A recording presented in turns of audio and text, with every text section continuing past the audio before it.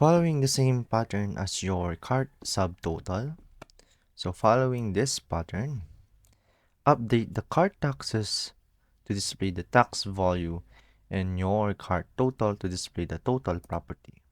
So we would have other new two with this same format. So the first one would be the cart taxes, and then interpolate the text content and assign a template literal with a dollar sign and then template literal itself, and also for the cart total and the text content, and do the same just like the others.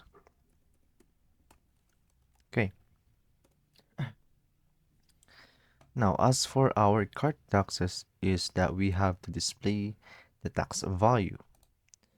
So just like the subtotal, we would write the tax in here and then interpolate the to fixed so that it would be converted to a rounded decimal into a 2. Also in this part, that would be the total, and then to fixed,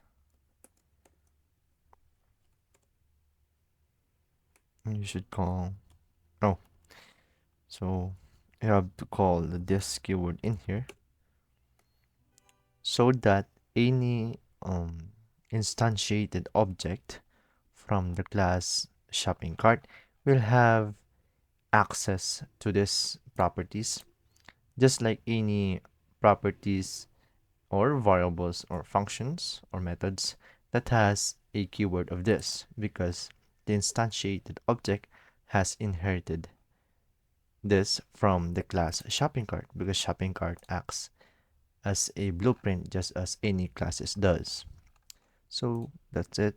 Nice.